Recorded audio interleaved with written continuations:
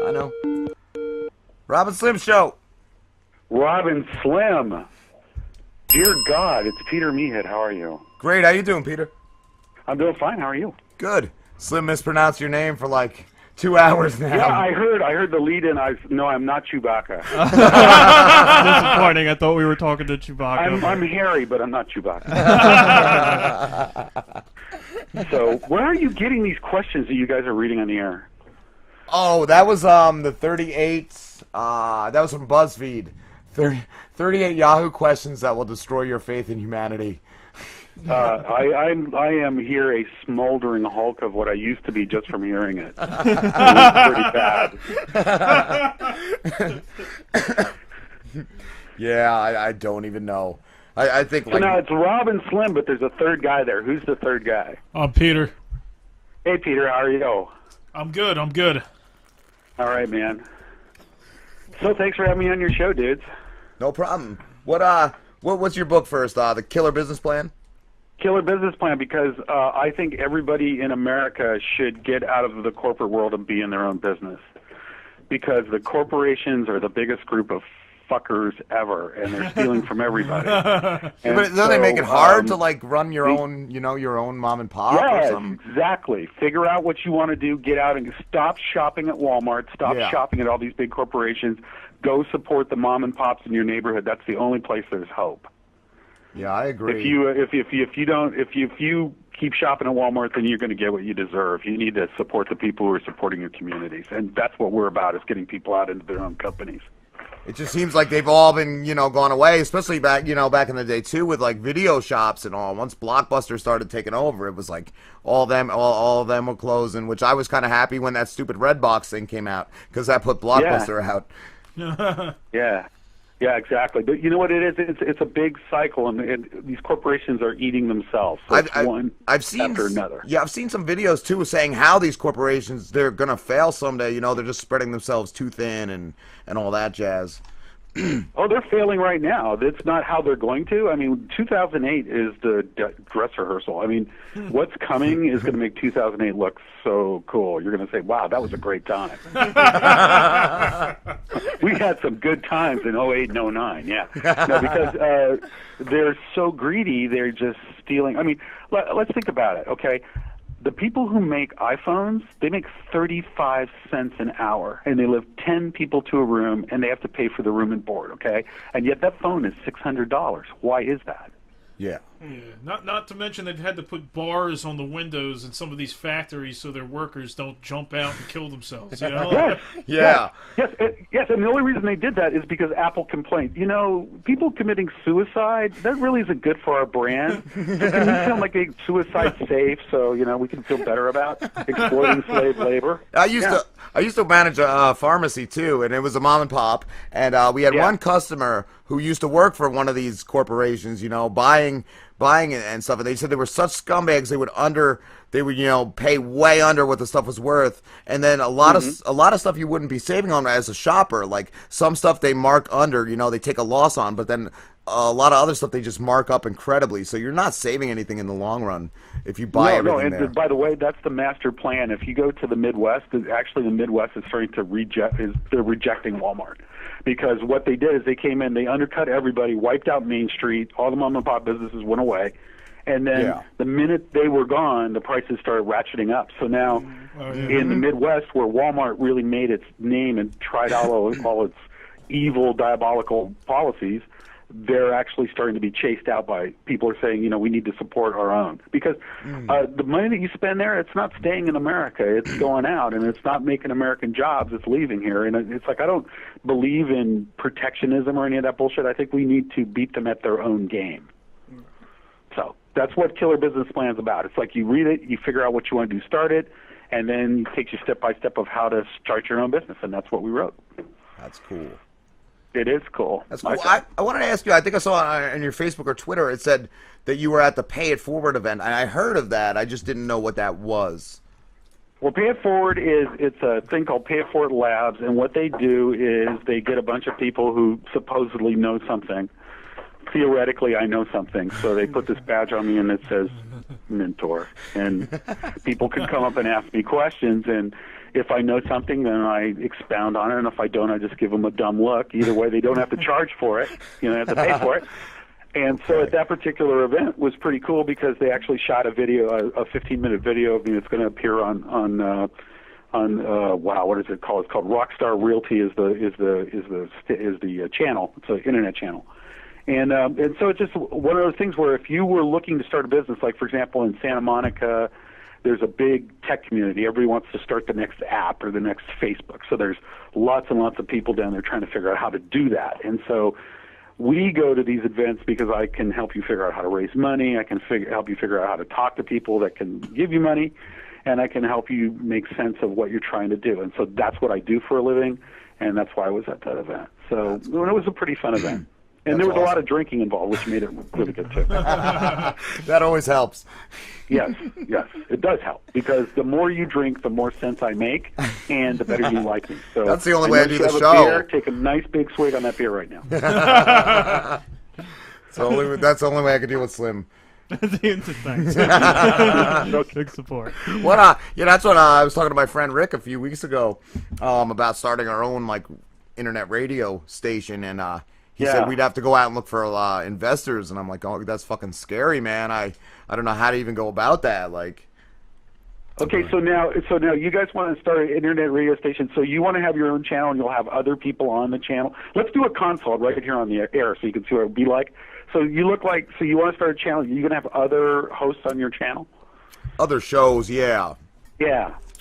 Okay, so the first thing you got to do is figure out, before you figure out anything, how much money, who's in on it? Is it Peter and Rob and Slim, the three of you together, are going to be like the founders of this thing? Yeah, it would be the Rob and Slim show would be our network, and then we have other friends who have other podcasts, like our buddy Ricky does like a video game podcast, so we would like to have him on, and then we have our friend Rick who does like a music show, and we would have him on. But yeah, I guess it would be, I don't know, we don't want to make it like the Rob and Slim channel. It would be something we wanted to pick those three core people, and then give a name that kind of fits all of us, or fits just a variety of what you're going to get on that channel.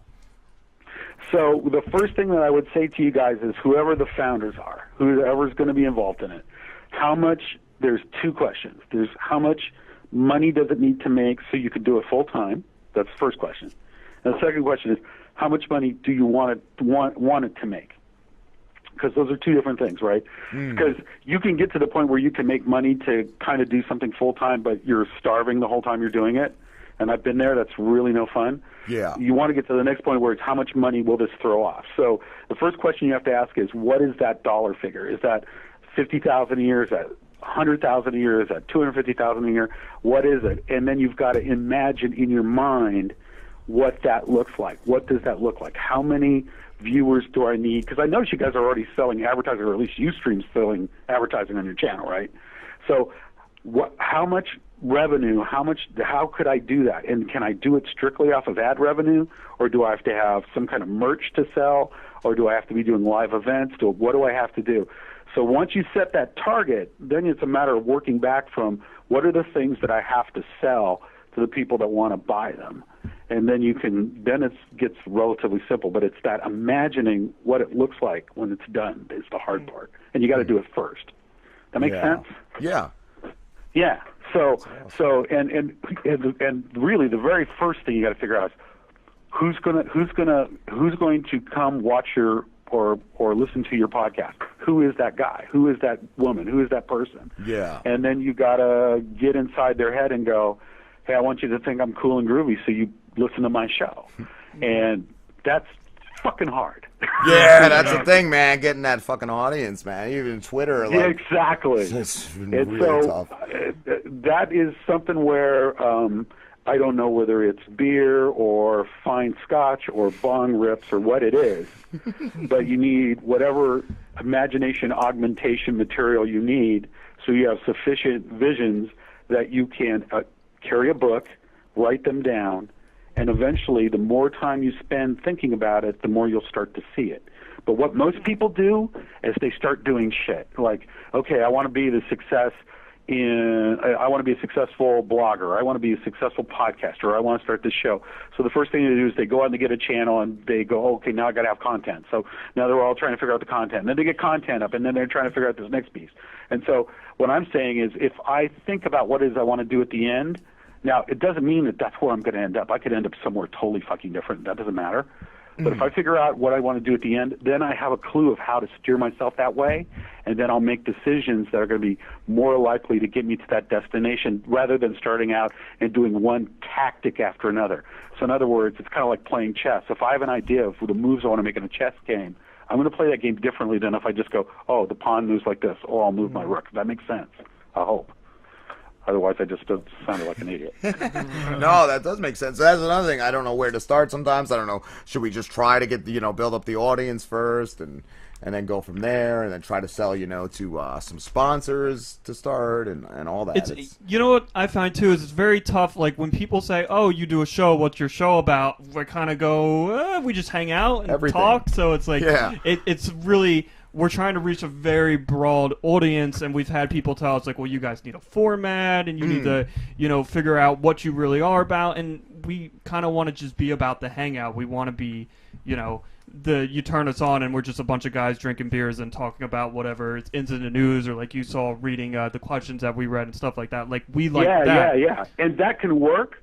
But what you need, it's like, God, I cannot remember for the life of me the name of the show, but it's a comedian, and he gets other comedians to come on and it's called Getting High With, and I can't remember the name of it. But if you can, here's an idea. You guys into comedy at all? Yes. Yeah, very much so. Are you into the comedy? You're in New Jersey, yeah? Yeah. Yep. So you're in the comedy scene at all, yeah? Are you or no? No, we're not. I've gone to clubs and all that and that kind of stuff. Well, here's an idea. Because people love to laugh, and you guys love to laugh, clearly, because I watched the run-up to your show before I got on. Go to the comedy clubs, and the people that you think are funny, like, especially go to open mic night, even though I know that's torture. Go to open mic night, and the few people that are actually kind of funny, invite them to hang out with you. There's two things that are going to happen. One is they have people that are following them, right? And then as you get known in the comedy scene, that people are on your show hanging out, telling jokes and stuff, become a platform for people who are trying to succeed too. And then as you work up, you can get more and more well-known people on your show. And then over time, it'll evolve into you just become another comedy venue. Well, if you become another comedy venue, then you can sell advertising, yeah? That's cool. And if you get big enough, you can actually sell spots, yeah? Yeah. I'm billing you for every minute of it. Bill this to Peter Gentile. I'm broke. So, but does that make sense? Yeah, it's comedy. It's just pick something that you guys love. Right. And go people, and because here's how it's going to work. If you love it, other people will love it. If you don't love it, people aren't going to give shit about it. Yeah. So if you love it, go find people who like what you do, and that you like what they do, and give them a platform. And guess what? They'll bring the people. That's awesome. That's a great idea. Share it. You give it away, and it comes back to you. You hang on to it, you lose it. So share it. And you guys have a platform. I mean, some of the shit was pretty funny, I got to tell you. Thank you. So if you especially the tampon thing, it was a little over the top,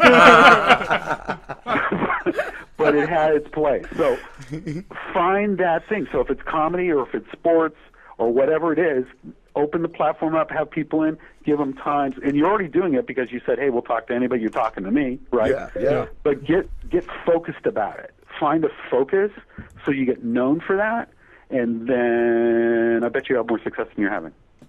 Cool. How did you get started? I was just wondering, when you started at the bottom, what was that like? Just started.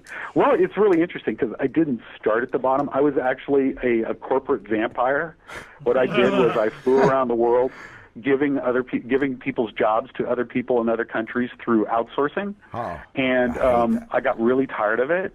And my wife said, quit your job. And I didn't believe her. She kept telling me to quit my job because I hated it, and I was gaining weight, and I was getting really unhealthy, and not having a good time. And finally, I took her at her word, and I quit my job, and I didn't even have any clue what I was going to do. Yeah. And we sat around for a year, spending our retirement money, and finally, we came on this. Somebody said, "Hey, do you know how to write a business plan?" And I said, "I've been writing proposals like for 20 years. Yeah, I know how to do that." And we started writing business plans, and then we got into this world of helping people who are in corporate jobs who want to get out of them and do something different.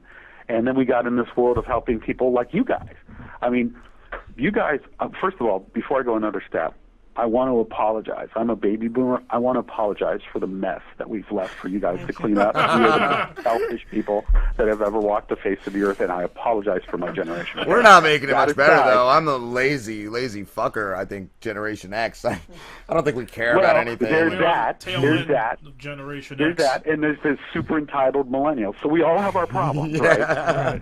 But what I want to say to you is I've met people like you. And by the way, Gen X is our core customer. Most of our customers are Gen X. I love it when somebody goes out because it's not for everybody, and they take a huge risk and they make it. There's nothing better than that.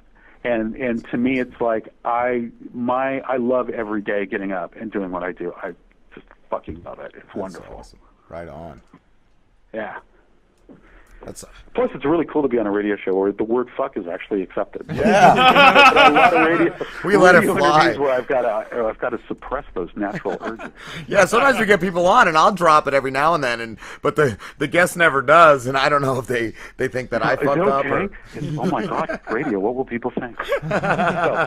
No, are you a musician too, Peter? Because I thought I saw a picture of you with a guitar. Yeah, actually, you can if you YouTube IXTADUX. If you Google that. Okay. I was in a band in the '80s called Ixodaddicts, which was a progressive rock band, which was kind of King Crimson fusion kind of thing. King Crimson. And then we didn't play together for 30 years, and we just started playing again this last year. And there's actually a couple of videos on YouTube from this Make Music LA that we were just playing at. So you can actually see me playing on YouTube. Cool. And I've been playing since I was 12 years old. I'm a drummer. Awesome. I'm a shitty guitar player and a terrible pianist, but I'm a pretty good drummer. Cool. Yeah. How about you? You player yourself? I used to play guitar years ago, and I ended up selling it because I picked it up after like so many years, and I couldn't remember anything, so I just sold it off. But Pete, oh, that's a bummer. You should have pushed through, dude. Yeah, Pete is a guitarist. No, I sing. I used to sing in a couple of metal bands. Like some heavy metal bands. Yeah, a couple. We didn't do too well. We just we played those.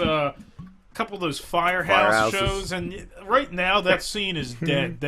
that scene is dying because it's it's all those screamo bands. Yeah. It's really interesting. The thing that's really nice about out here in Los Angeles area is there's kind of been, especially in places like Long Beach and Santa Monica, kind of a rebirth of the entire music scene. So across the spectrum, all kinds of different styles people are playing and going to listen, and it's really cool because in the 80s, during the punk and the new wave thing, it was crazy cool out here, and that was really, really cool.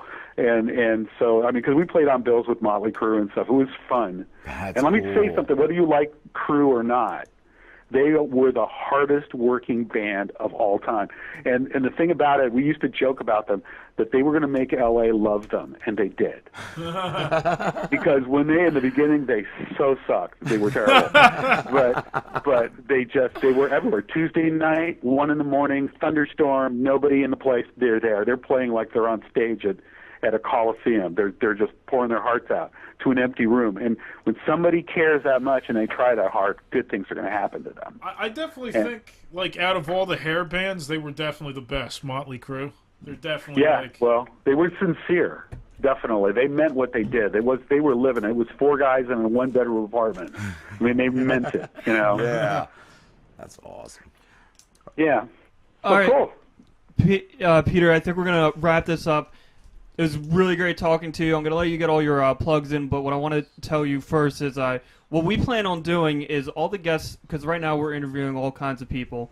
And all the guests that we really like, we're keeping them in mind, and we want to eventually have those guys back on later on to maybe do like an hour with us, or Sure. just hang out. So we definitely enjoyed this interview, and Yeah. you were on that list. So we will keep in touch.